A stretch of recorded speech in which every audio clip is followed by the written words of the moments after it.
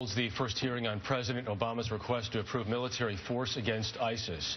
The draft resolution follows more than 2,300 airstrikes on ISIS targets in Iraq and Syria. The proposed legislation already has critics from both parties. Nancy Cordes is on Capitol Hill, where the debate could last for months. Nancy, good morning. Good morning. And you know, for a long time, there were many members, including some leaders, who didn't think that the president needed this authorization. After all, as you pointed out, the U.S. has already been striking ISIS from the air. But over the past few months, it has become increasingly clear that the fight against ISIS is going to be a long one. It's going to be costly, and it requires Congress to sign off. Our coalition is on the offensive. ISIL is on the defensive, and ISIL is going to lose.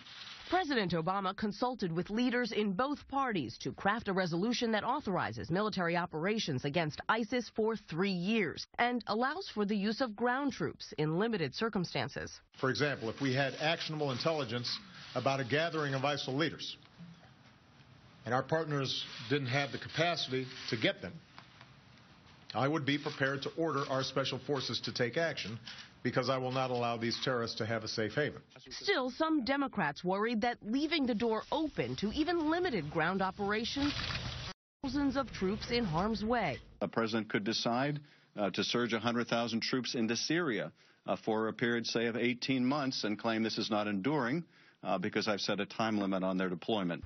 Republicans, on the other hand, argued the president could be tying his own hands by ruling out enduring offensive ground combat operations. We don't tell our enemy what we're not prepared to do. Republican Congressman Paul Gosar represents the Arizona district that's home to the family of American aid worker Kayla Mueller, whose death was confirmed this week after she was held hostage by ISIS for a year and a half. He and many other Republicans say they want more details before they will authorize force. I have to see that he has got the resolve that when we are putting our men and women in harm's way, that we mean what we say and that we're not going to dilly-dally around. You don't go into war without a strategy.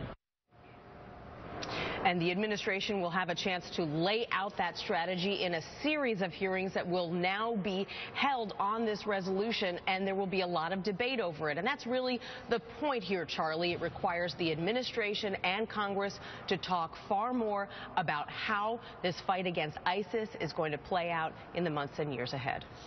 Nancy, thanks. A ceasefire